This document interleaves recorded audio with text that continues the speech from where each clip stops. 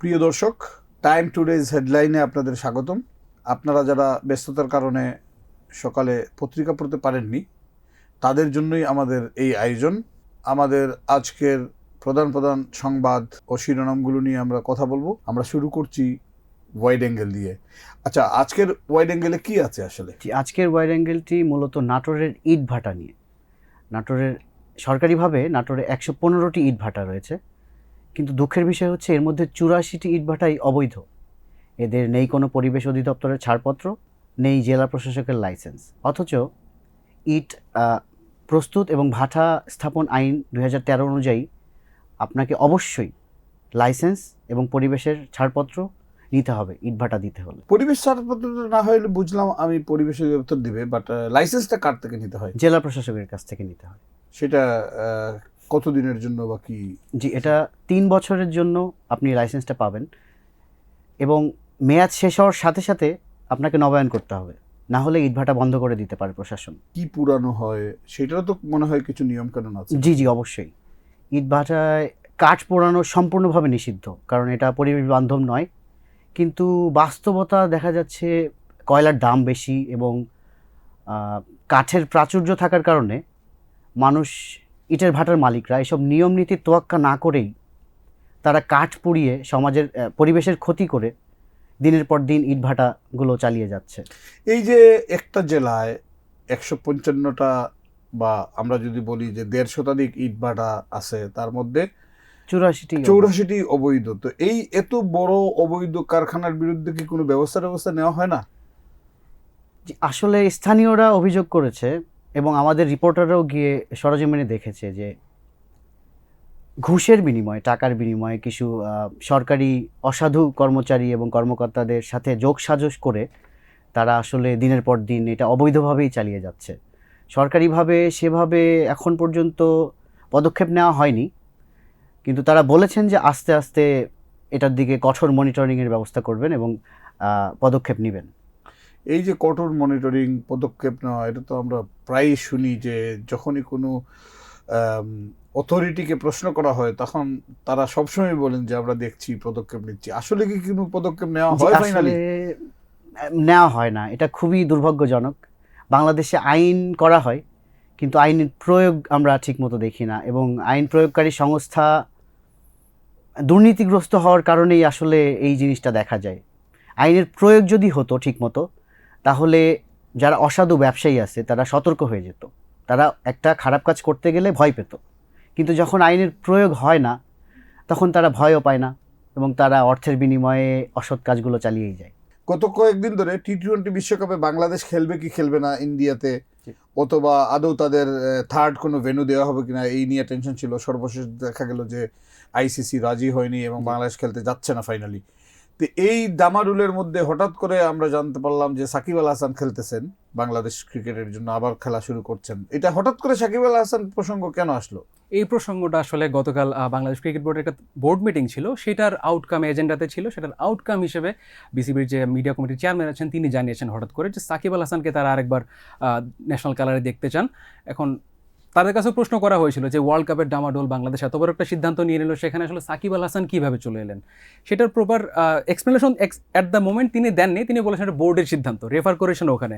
তার কাছে ফার্দার প্রশ্ন করা হয়েছিল যে ওয়ার্ল্ড কাপের ইস্যুটা এত বড় একটা ডিসিশন বাংলাদেশ ক্রিকেট বোর্ড নিল, সেটা ধামাচাপা দেওয়ার জন্যই কিনা আপনারা এরকম ডিসিশন নিয়েছেন কিনা। তিনি তখনও কোনো প্রপার আনসার দেননি। তিনি বলেছেন সাকিবের যে খেলার ইচ্ছাটা ছিল দীর্ঘদিন, তিনি অনেক দিন ধরেই 1.5 বছর ধরে দেশের বাইরে, লাস্ট অক্টোবরে 2024 সালের অক্টোবরে তিনি ম্যাচ খেলেছিলেন, এরপর আর বাংলাদেশে তার আশা হয়নি। সেই প্রেক্ষিতে টেনে বলেছেন যে সাকিব খেলার ইচ্ছা প্রকাশ করেছেন, আমরাও চাই তিনি। তাহলে কি সাকিব আল হাসান খেলার জন্য ক্রিকেট বোর্ডকে আবেদন করেছেন? হ্যাঁ, আবেদন ফর্মালি আবেদন না করলেও আসলে ইনফর্মালি তাদের বোর্ডের যে ডিরেক্টররা আছেন তাদের সাথে কথাবার্তা, টেক্সট চালাচালি এরকমটা হয়েছে। আসিফ আকবর যিনি বোর্ড ডিরেক্টর তিনি কনফার্ম করেছেন আমাদের এটা। কিন্তু সাকিব আল হাসান খেলবেন কোথায়, বাংলাদেশে নাকি বিদেশে?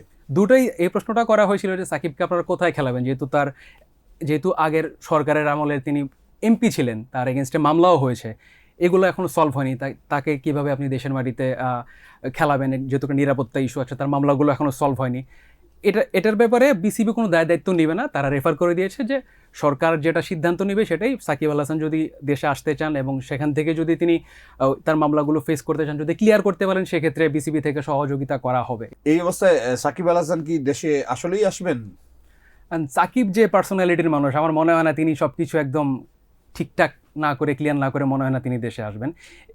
কিন্তু আমার কাছে যে প্রশ্নটা, আগেও কিন্তু সাকিব আল হাসানের বিষয়ে কথা উঠেছিল এবং তখনও কিন্তু বিসিবি অথবা স্পোর্টস অ্যাডভাইজার বলেছিলেন যে এইটা আমরা তার কোনো মামলার দায়িত্ব নিব না, সেইটা তিনি মামলা ফেস করবেন। তো মামলা যদি কারো থাকে এবং দেশে আসলে যদি তার অ্যারেস্ট হওয়ার কোনো পসিবিলিটি থাকে, তাহলে কি তিনি আসলেই খেলতে আসবেন?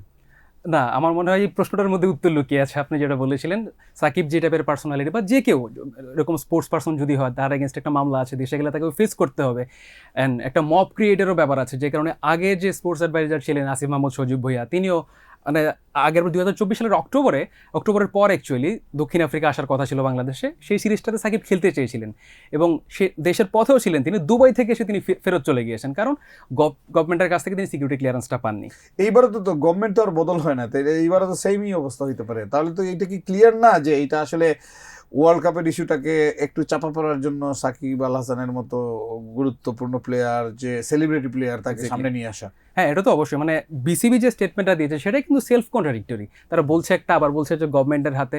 সো আমি একটা ক্রিকেটারকে এখানে নিয়ে আসছি, তার দায়িত্ব আমি নিব না, সেটা তো আসলে যৌক্তিক হতে পারে না কোনোভাবে। অ্যান্ড আর যে আপনি যেটা বলছিলেন যে ওয়ার্ল্ড কাপের ইস্যুটা ধামাচাপা দেওয়ার জন্য কিনা, আমি বেশ কয়েক জায়গায় কথা বলেছি, সাবেক ক্রীড়া সংগঠক এবং সাবেক ডিরেক্টর যারা আছেন, তারা অনেকে সরাসরি বলেছেন যে এটা আসলে শুধু আইওয়াশ না। একজন, আমি কোট করেই বলি, সিরাজউদ্দিন মোহাম্মদ আলমগীর, তিনি বিসিবির সাবেক ডিরেক্টর এবং চট্টগ্রামের দীর্ঘদিনের আসলে ক্রীড়া সংগঠক, তিনি সরাসরি বলেছেন এটা শুধু আইওয়াশ না, এটা চিপ আইওয়াশ। অ্যান্ড আরও একজন ডিরেক্টর, যিনি অবভিয়াসলি তিনি মানে নাম প্রকাশ করতে চাননি, আমি বলছি অ্যানোনিমাসলি, তিনি বলেছেন যে পুরোপুরি স্বীকার করেন এই জিনিসটা তারা, যে বিসিবি আইওয়াশ হিসেবে ইউজ করছে, বাট টু সাম এক্সটেন্ট এই যে একটা ব্যাকল্যাশ খাওয়ার সম্ভাবনা আছে, সেটা একটু দমিয়ে আনতে সাকিবের এই ব্যাপারটাকে তারা প্রেজেন্ট করেছেন। আচ্ছা, সাকিব আল হাসানের এই আলোচনার মধ্যে আজকে আরেকটি খবর পেলাম, যেটা হলো যে বিসিবির মধ্যে একটু ভাঙ্গন চলতেছে, কিছু কিছু ডিরেক্টররা পদত্যাগ করে চলে যাচ্ছেন। আজকে মনে হয় একজন পদত্যাগ করেছেন। তিনি কেন করেছেন এবং তিনি কে আসলে? তিনি হচ্ছেন ইশতিয়াক সাদেক। তিনি বিসিবির যে গেম ডেভেলপমেন্ট ডিপার্টমেন্ট আছে সেটার চেয়ারম্যান তিনি ছিলেন। পদত্যাগের কারণ হিসেবে তিনি দেখিয়েছেন যে তিনি ব্যক্তিগত কারণে সরে দাঁড়াচ্ছেন, যে কারণে তিনি বোর্ডে সময় দিতে পারছেন না সেটা। বাট ভেতরের খবর যেটা হচ্ছে, আমরা যতটুকু জানতে পেরেছি, যে এই যে বাংলাদেশ ওয়ার্ল্ড কাপে যাচ্ছে না, ডিসিশনটা নিল, সেটাতেই আসলে তার একটু ওখানে একটু ইগো, ইন্টারেস্ট, আর যেটাই বলি না কেন, একটু ক্ল্যাশ করেছে। ক্ল্যাশটা কীরকম? এট দ্য সেম টাইম তিনি কিন্তু যে বাংলাদেশের যে অফিসিয়াল ক্রিকেটের যে অফিসিয়াল ব্রডকাস্টার আছে টি স্পোর্টস, সেটারও কিন্তু সিইও। সো বাংলাদেশ যেহেতু ওয়ার্ল্ড কাপ খেলতে যাচ্ছে না, সেই ক্ষেত্রে অফিসিয়াল ব্রডকাস্টার হিসেবে কিন্তু তাদের একটা ফিনান্সিয়াল সেটব্যাক এখানে থাকবে, যেহেতু বাংলাদেশের ম্যাচগুলো টেলিকাস্ট করা হবে না। আর যেহেতু তারা অফিসিয়াল ব্রডকাস্টার, সেই ক্ষেত্রে নিশ্চয়ই স্পন্সর, অ্যাড স্লট সব কিছু মিলিয়ে তাদের জন্য বেশ বড় অঙ্কের একটা আর্থিক ক্ষতি অপেক্ষা করছে। এবং এটার সাথে সাথে বসুন্ধরা গ্রুপের, যেহেতু ইশতিয়াক সাদেক বসুন্ধরা গ্রুপেরই কর্মকর্তা, বিসিবিতে আরো দুজন বোর্ড ডিরেক্টর আছেন, অবশ্যই হ্যাঁ মালিকানাধীন, আরো দুজন যে বোর্ড ডিরেক্টর আছেন, তারাও হয়তো বাই দ্যাট টাইম, আমরা যেটা শুনছি বাই দ্যাট টাইম, তারা হয়তো বোর্ড থেকে সরে যেতে পারেন। বসুন্ধরার এই যে 2-3 জন পরিচালক, তারা কি তাহলে বাংলাদেশের বিশ্বকাপ খেলার পক্ষে ছিলেন, যে তাদের কথা ধুপে টিকেনি বলে তারা এখন আর্থিকভাবে ক্ষতিগ্রস্ত হয়, তারা বিসিবি ছাড়ছেন? হ্যাঁ, এটা আসলে এজিউম করা যায়। অ্যান্ড যতখানি আমরা শুনেছি ভেতর থেকে, এই ব্যাপারটা আসলে এখানেই ক্লাসটা করেছে, যে কারণে শেষমেশ স্টেপ ডাউন করলেন তিনি আর কি। আরও দুজন হয়তো করতে পারেন এনি টাইম সুন। বিগত কয়েক বছর ধরে আমাদের দেশে কিন্তু একটা আলোচনা ছিল যে এসেনশিয়াল কমোডিটির দাম বাড়ে হলো সিন্ডিকেট এবং মধ্যস্বত্বভোগীর জন্য। কিন্তু এই অবস্থায় বাংলাদেশ ব্যাংক যে রিপোর্টটা দিল যে সিন্ডিকেট বা মধ্যস্বত্বভোগী এসেনশিয়াল কমোডিটির দাম বাড়ার জন্য দায়ী না, উপরন্তু দায়ীটা হলো আসলে প্রোডাকশন কস্ট। এই রিপোর্টটার ইনসাইট কি আছে? ইনসাইটটা হচ্ছে যে প্রথমেই বলে নেই যে আসলে বাংলাদেশ ব্যাংক এটা ইন্ডিপেন্ডেন্ট একটা স্টাডি করেছে, বেশ কয়েকটা 15-16টার মতো জেলায়, 18টার মতো জেলায়, অনেকগুলো উপজেলায়। তারা আপনার চাল, পেঁয়াজ, তারপরে হচ্ছে আলু, ব্রয়লার মুরগি আর ডিম, এই 5টা কমোডিটির উপরে যে তারা দেখেছে যে কৃষক তার উৎপাদন খরচ কত, কৃষক কততে বিক্রি করছে, তার যে মার্জিন, তারপরে হচ্ছে মধ্যস্বত্বভোগী যারা ওয়্যারহাউজিং করে তাদের, সব কিছু মিলিয়ে সেন্ট্রাল ব্যাংক একটা কনক্লুশনে এসছে। তারা বলছে যে যে দ্য পপুলার এলিগেশন যে আপনার মধ্যস্বত্বভোগী বা ওই যে গুদামজাত যারা করে তারা সিন্ডিকেট করে দাম বাড়াচ্ছে। সেন্ট্রাল ব্যাংক বলছে আসলে এটার ইকোনমিক্সটাই দ্য মেইন রিজন, যে শয়তানি যেটাকে আমরা বলি সেটা না। তো উৎপাদন খরচ বেড়েছে, ঘটনা সত্য, যে আপনার যে তেলের দাম, যদি আমরা জ্বালানির দাম বলি, আমরা বিদ্যুতের দাম বলি, গ্যাসের দাম বলি, সারের দাম বলি, ওয়েজেস বলি, রাইট, ওয়েজেস বলি, মানে ডলারের কারণে আপনার সব কিছুই তো লাস্ট 2-3 ইয়ার্সে বেড়েছে। প্রত্যেকটা ক্ষেত্রে তারা দেখাচ্ছেন যে আসলে আমরা মার্কেটে এন্ড প্রাইসে আমরা যা দিচ্ছি তার রিফ্লেকশন আসলে কৃষক পর্যন্ত যাচ্ছে। দ্যাট মিনস যখন ভালো প্রাইস দেওয়া হচ্ছে তখন কৃষকও ভালো প্রাইস পাচ্ছে, যখন মার্কেটে দাম পড়ে যাচ্ছে কৃষক লোকসান করছে। এটাই হচ্ছে, আই মিন সেন্ট্রাল ব্যাংক তার ইকোনমিক্সটাই খুঁজে বের করে না, এনেছে। কিন্তু প্রোডাকশন কস্ট বেড়ে যাওয়ার কারণে তাহলে কি ফার্মাররা এখানে লস করতেছেন? কিছু স্টাডিটা হয়েছিল আপনার জুন জুলাইয়ের দিকে। তো যেমন ঈদের সময় রেড মিটের চাহিদা বাড়লে সেন্ট্রাল ব্যাংক তার স্টাডিতে বলছে যে ওই সময়টাতে ব্রয়লার চাষিরা যারা, তাদের দেখা গেছে যে ব্রয়লারের ডিমান্ড কমেছে, তাদের উৎপাদন খরচের চাইতে কম করেছে। তো মোরলেস এটাই ফ্যাক্ট, কিন্তু সেন্ট্রাল ব্যাংকের স্টাডিতে যেগুলো উঠে আসেনি আর কি। বিষয়টা যদি এমন হয় তাহলে আমরা কয়েক বছর আগে দেখছি যারা ডিম বিক্রেতা তারা শত শত কোটি টাকা আয় করছে, এরকম রিপোর্টও কিন্তু এসেছিল। যখন একটা সময় আসে, যখন ক্রাইসিস থাকে, মানুষ তখন একটা কমোডিটির পিছনে ছুটে, যেটা আমার এখন লাগবে, অ্যাটলিস্ট সিকিউর করার জন্য মানুষ সবাই ঝাঁপিয়ে পড়ে যে দাম হয়তো আরও বেড়ে যাবে। এই সময়টা, এই সুযোগটা নেয়, যেটাকে আমরা স্পেকুলেটিভ ট্রেডিং বলি কিংবা যেটাকে মজুদদারি বলি। কিসের ভিত্তিতে এই স্টাডিটা? স্টাডিটা যেটা, যে আপনার যে একটা প্রোডাক্ট আমরা এন্ড লেভেলে কিনছি, যে প্রাইস লেভেল প্লাস সেটা আস্তে আস্তে আমরা যদি নিচের দিকে ভ্যালু চেনের পেছনের দিকে যেতে থাকি, কার কেমন মার্জিন, তাদের চ্যালেঞ্জগুলো কি। যেমন পেঁয়াজের ক্ষেত্রে বলছিল যে কৃষক যে দাম পাচ্ছে, কৃষকরা বেশিরভাগই দেখা যায় যে তাৎক্ষণিক নগদের জন্য তারা তাদের যে পেঁয়াজ বিক্রি করে দিচ্ছেন, কারণ এইটা পচে যায়, কৃষকদের এইটা সংরক্ষণের কোনো ব্যবস্থা নাই। পেঁয়াজের ক্ষেত্রে কিন্তু একটা ইম্পর্টেন্ট ইস্যু আছে, পেঁয়াজ যা উৎপাদন হয় তার মোটামুটি 1/3 নষ্ট হয়ে যায়। নষ্ট হয়ে গেলে পরে আবার কিন্তু যেগুলো থাকে সেইটার প্রোডাকশন কষ্ট এটার সাথে অ্যাড হয়ে প্রাইসের দাম বাড়ে। আপনি মানে 7টা বিক্রি করে যে টাকা পাবেন, 10টা বিক্রি করে যে টাকাটা পাওয়ার কথা ছিল, 7টা থেকে এই টাকাটা তুলে আনবে, এটাই সবাই ব্যবসার নিয়ম। তাই ইনফ্যাক্ট তো এইসব ক্ষেত্রে সেখানে এই যে আমাদের স্টোরেজ ফ্যাসিলিটি, আলুর ক্ষেত্রে যেটা ঘটেছে, যে আলুর দাম একসময় খুব বেড়ে গেছিল, তো আলুর উৎপাদনও ভালো ছিল, কিন্তু এখন কৃষকরা একদম ক্যাটাগরিক্যালি এই স্টাডিতে বলা হচ্ছে যে কৃষকের উৎপাদন খরচ 15 থেকে 17 টাকার মতো হয়েছে, কিন্তু তারা 12, 13, 11 টাকা করে বিক্রি করছে।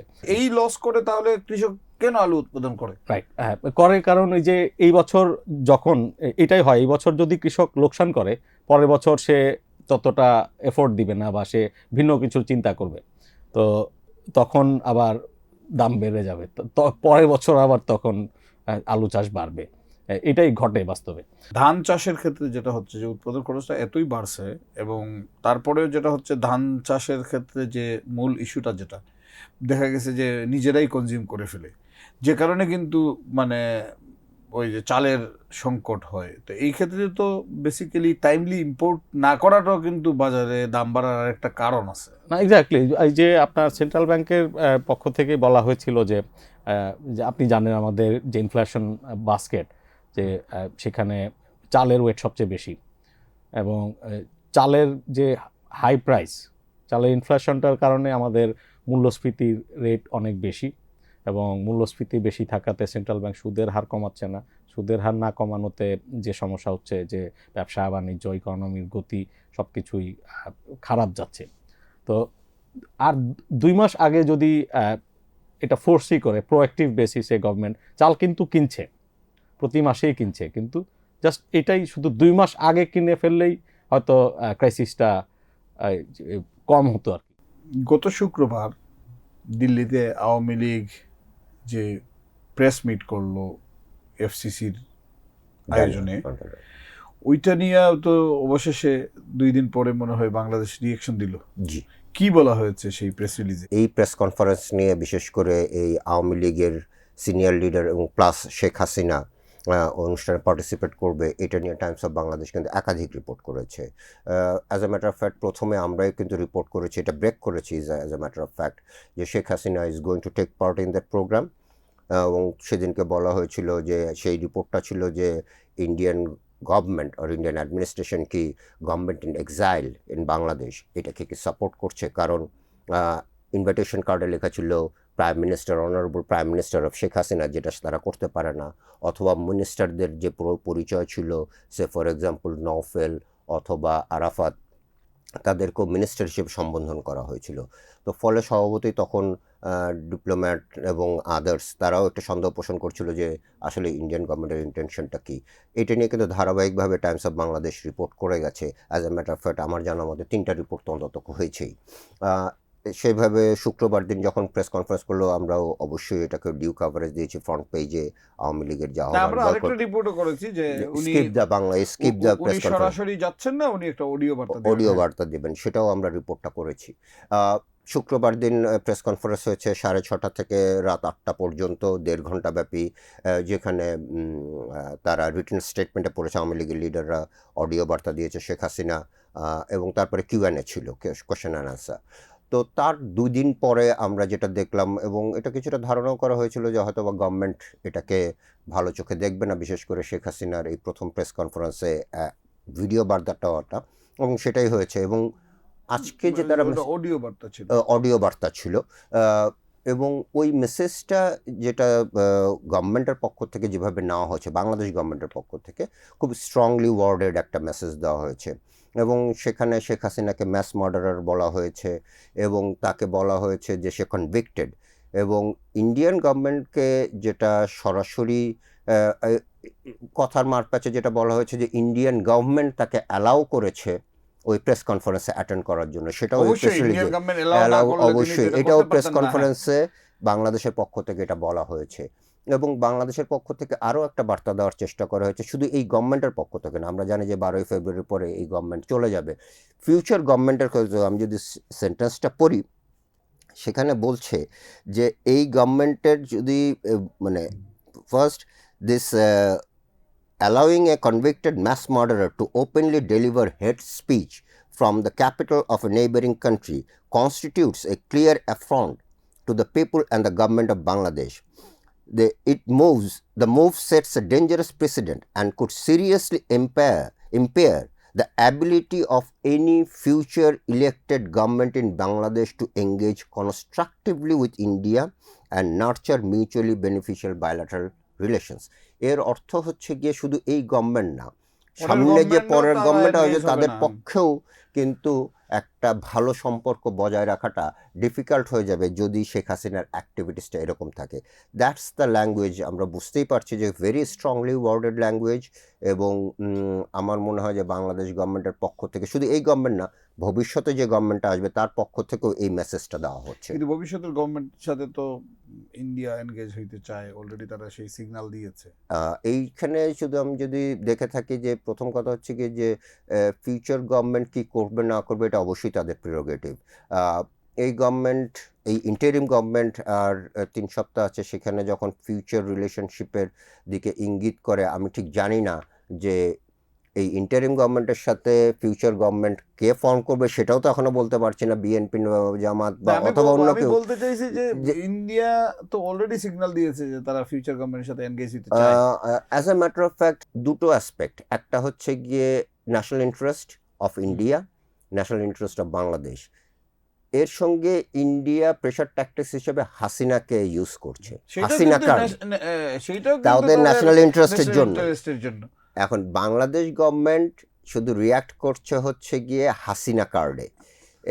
এখন ফিউচার গভর্নমেন্ট দুটো, যে ইন্ডিয়ার সাথে আমি এঙ্গেজড হব বাইপাসিং হাসিনা, আর ইন্ডিয়ার সাথে এঙ্গেজড হব উইথ হাসিনা, এইটা দেখার বিষয় রয়েছে যে তারা কিভাবে এই ডিপ্লোমেসিটাকে বা ফিউচার ফরেন রিলেশনশিপটাকে কিভাবে এগিয়ে নিয়ে যেতে চায়। এটা পরিষ্কার যে ইন্ডিয়া টাইম টু টাইম যখনই তারা মনে করবে যে তারা হাসিনা কার্ডটা প্লে করবে, আমরা এই ধরনের প্রেস কনফারেন্স সামনে আরও অনেক দেখতে পাবো বলে আমার ধারণা, বা এই ধরনের মেসেজ বা এই ধরনের বিভিন্ন ধরনের সাপোর্টারদেরকে বিভিন্ন ধরনের মেসেজ দেওয়া, এগুলো আমরা সামনের দিনগুলোতে আরও দেখতে পাবো, এবং অবশ্যই এটা ইন্ডিয়ান গভর্নমেন্টের পারমিশন নিয়েই বা না, সেই তারা ক্ষেত্রে দেখা গেল যে আমাদের এইখানে এই কয়েকদিন পরে ভোটের পরে একটা পলিটিক্যাল গভর্নমেন্ট আসবে ক্ষমতায়। হুম। তো পলিটিক্যাল গভর্নমেন্ট ক্ষমতায় আসলে ইন্ডিয়া কি আবারও তাদের সাথে এই সম্পর্ক অবনতির দিকে যাবে হাসিনার ইস্যুতে? এটা ডিপেন্ড করবে যে সেই গভর্নমেন্ট কিভাবে তার ন্যারেটিভ ডেভেলপ করে।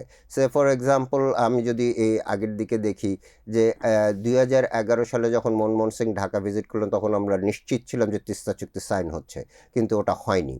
এবং তার ফলে যে আমাদের এখানে যে একটা ক্ষোভ তৈরি হয়েছিল, সেই ক্ষোভের পরে কিন্তু সেটার বহিঃপ্রকাশও ছিল, এবং বিভিন্ন সময়ে বিভিন্ন মিডিয়াতে, সিভিল সোসাইটিতে বিভিন্নভাবে কিন্তু সেটা নিয়ে আলোচনা হয়েছে। আরও একটা এক্সাম্পল দিই, কোভিডের সময় আমাদের খুবই ওই সিরামটার দরকার ছিল, কিন্তু তারা আমাদেরকে ডেলিভারি দেয় না। সেই সময় কিন্তু আমাদের ক্ষোভ ছিল, বাট বাইল্যাটারাল রিলেশনশিপটাকে, ওই দুটো জিনিসকে উপেক্ষা করেও কিন্তু বাইল্যাটারাল রিলেশনশিপ তৎকালীন আওয়ামী লীগ সরকার করেছে। আমার আন্ডারস্ট্যান্ডিং যে সামনে হাসিনা কার্ডটা যখন প্লে করবে, এই গভর্নমেন্টের রিয়াকশন কী হবে তার উপরে নির্ভর করবে যে Bangladesh India relationship. Next government যদি মনে করে যে the relationship will only hostage to Sheikh Hasina, তাহলে এক ধরনের জিনিস আমরা দেখব। এবং তারা যদি মনে করে যে ঠিক আছে, ব্রডার কনটেক্সটে স্ট্র্যাটেজিক্যালি অথবা ইকোনমিক্যালি অথবা অন্য কোনো কোঅপারেশনের জায়গায় ওদের সাথে আমরা এঙ্গেজ করব, এবং শেখ হাসিনার বিষয়টা আমরা তুলব, কিন্তু সেটাই মুখ্য বিষয় না, যেটা এই গভর্নমেন্টের কাছে মনে হচ্ছে যে অ্যাপারেন্টলি শেখ হাসিনাটাই খুবই বড় গুরুত্বপূর্ণ। সেইটা যদি ওরা পারসু না করে, হয়তোবা আমরা একটা ভিন্ন চিত্র দেখতে পাবো। বাগেরহাটের ছাত্রলীগ নেতা সাদ্দাম হোসেন তার মৃত স্ত্রী এবং সন্তান জেল গেটে যে দেখা করছে, এটা নিয়েই তো সারা দেশে আলোচনা হচ্ছিল। এটা কি আছে আসলে ইনসাইট? ইনসাইট বলতে যে সে গোপালগঞ্জ থেকে গ্রেফতার হয়েছিল এবং তার বিরুদ্ধে বেশ কয়েকটা মামলা ছিল। এখন সবগুলিতে জামিন হয়ে গিয়েছিল, একটা মামলায় বোধহয় জামিন হয়নি। সেই মামলায় সে যশোর জেলে আছে। এমন অবস্থার মধ্যে তার স্ত্রী এবং তার 9 মাস বয়সের ছেলেটা মারা যায়। এখন এই মারা কিভাবে গেছে এটা নিয়ে আমরা কনফ্লিক্টিং রিপোর্ট পাচ্ছি। কেউ বলছে যে আত্মহত্যা করেছেন উনি, তার স্ত্রী, এবং আত্মহত্যা করার আগে তার ছেলেকেও বোধহয় উনি হত্যা করেছেন এরকম। বাট আবার এটার অন্যরকমও কেউ বলছেন। তো পুলিশ যেটা বলছে সেটা হচ্ছে অটোপসির রিপোর্ট না পাওয়া পর্যন্ত তারা কনফার্ম হতে পারছেন না। তো যেই জিনিসটা নিয়ে নাড়াচাড়া হচ্ছে সেটা হচ্ছে যে প্যারোল, যে সাধারণত দেখা যায় যে আসামিদের কেউ যদি নিকটাত্মীয়, বাবা মা, স্ত্রী, ছেলে মারা গেলে সাধারণত তাদেরকে কয়েক ঘন্টার জন্য প্যারোল দেওয়া হয়, এবং যেন তারা শেষবারের মতো দেখতে পারে কিংবা জানাজায় অংশ নিতে পারে। কিন্তু তার ক্ষেত্রে এটা হয়নি। এখন এটা নিয়েও আমরা কন্ট্রাডিক্টরি কথাবার্তা শুনছি। জেলা কর্তৃপক্ষ এবং কারা কর্তৃপক্ষ বলছে তাদের কাছে এই ধরনের কোনো আবেদন আসেনি। তাদের পরিবার মনে হয় বাগেরহাটের জেলা প্রশাসকের কাছে টেকনিক্যালি আবেদন হ্যাঁ, করেছিল। টেকনিক্যালি যশোর জেলা প্রশাসন যে কথাটা বলছে সেটা হয়তো সত্যি কথা, কিন্তু আবেদনটা তারা করেছিল বাগেরহাটে, যেহেতু তারা ঘটনাটা যেহেতু ঘটেছে বাগেরহাটে, মামলাও বাগেরহাটে, হ্যাঁ, তো সেহেতু তারা বাগেরহাটের জেলা প্রশাসকের কাছে তারা আবেদনটা করেছিল, এবং বাগেরহাটের জেলা প্রশাসকও নিশ্চিত করেছেন যে একটা আবেদন তার কাছে এসছে, এবং উনি তাদেরকে বুঝিয়ে বলেছেন যে এটা যশোরের ব্যাপার, তো আবেদনটা যশোরই করতে হবে। এরপরে বোধহয় সামহাও ব্যাপারটা আর ঘটে নাই। পরে কারা কর্তৃপক্ষ যেটা বলছে, মানবিক কারণে পরিবারের মৌখিক অনুরোধের প্রেক্ষিতে জেল গেটে তাদেরকে দেখানোর ব্যবস্থা করা হয়। সাদ্দামের বিরুদ্ধে বেসিক্যালি মামলাগুলো তো মনে হয় একটার পর একটা হয়েছে, কারণ প্রত্যেকবার দেখা গেছে যে একটা মামলায় জামিন পেয়েছে, আবার জেল গেট থেকে আবার নিয়ে যাওয়া হয়েছে, এবং কোনো মামলায় কিন্তু এরকম কোনো মামলা মার্ডার বা এরকম সিরিয়াস কোনো মামলা ছিল না, ককটেলের মামলা, এই তারপরে অস্থিরতা তৈরির মামলা, এইসব মামলায় তো আসলে সাধারণত জামিন হয়ে যায় এবং তার জামিনও হয়েছে, কিন্তু দেখা যাচ্ছে বারবার তাকে অন্য মামলায় সরেস দেখানো হয়েছে। পরিবার তাই বলছে যে তাকে মানে মামলার জামিন হলে তাকে আবার জেল গেটেই গ্রেফতার করা হচ্ছে। আসলে এই ব্যাপার মানে এই ব্যাপারগুলি যে কি এটা তো অনেকটা ওপেন সিক্রেটের মতো, আমরা জানি হাউ দিস থিংস ওয়ার্ক। তো এখন এটা একটা মানে না এইরকম যেমন একটা কথা আছে যে এই ধরনের ঘটনা হাসিনার সময় হইতো, যেহেতু হাসিনা স্বৈরাচার, কিন্তু এখনকার গভর্নমেন্ট তো স্বৈরাচার না, তাহলে এই স্বৈরাচারের মধ্যে একই আচরণ কিন্তু হচ্ছে।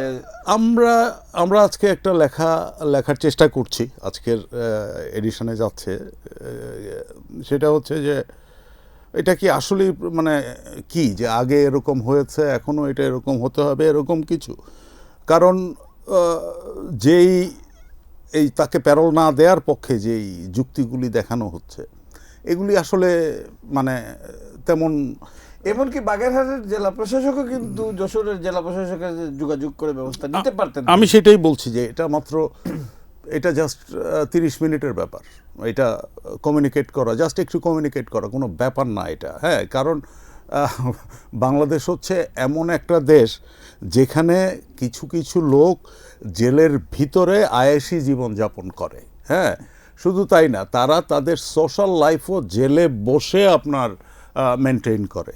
তো এমনকি জেলের ভিতরে বিয়ে হওয়ার খবর, কাশিমপুর কারাগারে খবর আমরা পেয়েছি। তো এইটা আসলে মানে বাগেরহাটের ডিসি যদি চাইতেন উনি ওই মুহূর্তেই ব্যাপারটা করতে মানে ফয়সালা করতে পারতেন, ওনার জাস্ট হয়তো 2-3টা ফোন কল করতে হতো। আর আরেকটা জিনিস, এই যে আমলাতান্ত্রিক জটিলতার যে ব্যাপারটা, আসলে মানে আপনার যে কোনো প্রসিজিওরসেই কিন্তু এক্সেপশন থাকে, যে কোনো প্রসিজিওরেই আপনার লোকাল যে অথরিটি তাদের কিছু ডিসক্রেশনারি পাওয়ার থাকে। আর হিউম্যানিটেরিয়ান গ্রাউন্ড আর মানে এই যে এই ধরনের ঘটনা, একজন স্ত্রী আত্মহত্যা করা, তার আগে তার ছেলেকে বাচ্চা 9 মাসের একটা বাচ্চাকে হত্যা করা, এই ধরনের ঘটনা তো বোধহয় তার পরিবার থেকে বলা হয়েছে প্রচন্ড রকম হতাশায় ছিলেন তিনি, বিকজ তিনি যখন অন্তঃসত্ত্বা ছিলেন তখন ওই সাদ্দামকে আটক করা হয়, তারপর থেকে বিভিন্ন সময় সন্তান হয়েছে, তিনি সন্তান সহ তাকে বাড়িতে আনার জন্য, যখন জামিন হয়েছে বাড়িতে আনার জন্য তিনি গিয়েছেন, যাওয়ার পরে দেখা গেছে ওইখান থেকে জেলগেট থেকে আবার শোন অ্যারেস্ট হয়েছে। তো ওইটা তো আসলে একজন আসলে দেখেন মানে এখন এই যে মানে এইটা যদি আমরা আলাপ করতে চাই তাহলে আমাদেরকে চলে যেতে হবে আমাদের রাজনীতি আসলে কি সিস্টেমে রান করে। এটা হচ্ছে আমাদের রাজনৈতিক একটা অবক্ষয়। হ্যাঁ, এখন মানে এবং যেটা দীর্ঘদিন ধরে চলে আসছে আনফরচুনেটলি, যেমন এই সাদ্দাম মানে যদিও না, কিন্তু জুলাইয়ের পরে তো আমরা এই ধরনের একটা পরিবর্তন আশা করছি। হ্যাঁ, পরিবর্তন এখন আমরা পরিবর্তনের স্লোগানও দেওয়া রাইট, এখন আমরা বাংলাদেশের মানুষ, আমরা যা আশা করি তা পাওয়ার রেকর্ড বোধহয় খুব কম। আরেকটা জিনিস হচ্ছে যে এই যে সাদ্দামের মতো ছেলেরা আপনার যারা এই যে এখন সাফার করতেছে, এই যে ছেলেটার তো একটা ছাত্রলীগের একটা থানার সভাপতি, উপজেলার সভাপতি, বয়স আর কত, এই যে তার এই বয়সের যে এই ট্র্যাজেডি, হ্যাঁ, এটা তো তাকে সারা জীবন বয়ে বেড়াতে হবে না। এখন কথা হচ্ছে ও কাজ করেছে কাদের উদ্দেশ্যে, কাদের নির্দেশে। হ্যাঁ, তো যারা তাকে নির্দেশ দিয়ে খারাপ কাজ করিয়েছে তারা কিন্তু বেশিরভাগই কিন্তু এখন মোটামুটি ভালো লাইফই লিড করছে, কিন্তু তারা সাফার করছে। এখন এই যে বাংলাদেশের এই যে পলিটিক্যাল যে কি বলবো, এই যে পলিটিক্যাল ডিকে, এই যে অবক্ষয়, এখন এইটার মধ্যে এর চেয়ে ভালো কিছু বোধহয় আশা করা ঠিক না। দেখা যায় যে অনেক সময় মার্ডার কেস আসামি কিন্তু হাইকোর্টে অ্যাপিল করেই দেন জামিন পায়। তো সেই ক্ষেত্রে এইসব ছোটোখাটো রাজনৈতিক নেতাকর্মীদের ছোটোখাটো মামলা, মানে আপনার মারামারি, এই জাতীয় মামলায় কিন্তু জামিন হচ্ছে না। এইটাকে আমরা কি বলবো? এটাকে আমরা জামিন তাদেরই হয় যাদেরকে সরকার জামিন দিতে চায়। এই গত 18 মাসে আমরা যা দেখেছি আর কি, সেটা হচ্ছে, আমরা আগের কথা নাই আনলাম, এই সরকার যেহেতু একটা পরিবর্তনের কথা বলে এসছে, একটা নীতি সরকার হিসাবে নিজেদেরকে প্রতিষ্ঠিত করার চেষ্টা করেছে। তো আমি বলবো যে 18 মাসে অনেকেরই জামিন পাওয়ার কথা ছিল যারা জামিন পায় নাই, আবার অনেকেরই হয়তো জামিন পাওয়ার কথা ছিল না কিন্তু তারা জামিন পেয়েছে। আমরা দেখেছি যে অনেক বেশ বড় ধরনের সন্ত্রাসীরাও কিন্তু জামিন, এমনকি যে জামিনে হাদির যে বেরিয়েছে। কিলার, হ্যাঁ। সে কিন্তু আপনার অস্ত্র সহ ধরা পড়ছিল, That's right, এবং হ্যাঁ। সে জামিন পেয়েছে, জামিন পেয়ে এসে আবার কিলিং করছে। অথচ আপনি দেখেন আমাদের অনেকগুলো সাংবাদিক যাদের আসলে কি অপরাধ আছে, হ্যাঁ অপসাংবাদিকতা যদি করে সেইটার জন্য অপসাংবাদিকের বিচার হইতে পারে, কিন্তু যেসব ভুয়া মামলায় তাদেরকে আটকায় রাখা হয়েছে এবং তাদেরকে জামিন দেওয়া হচ্ছে না, এইটা তো চরম অবমাননা। এইটাকে আমরা কিভাবে দেখব? না, এটার ব্যাপারে আমি যেটা বলতে চাই যে এই যে এখন আমি কিছু কথা বলছি, একটা সেকশনের হয়তো এই কথাগুলি পছন্দ হবে না, ফাইন। এখন কথা হচ্ছে যে, এবং এই কথাগুলিতে সে হয়তো রাগান্বিত হবে, এটার অর্থ কি এই যে এই কথাগুলি ইললিগাল?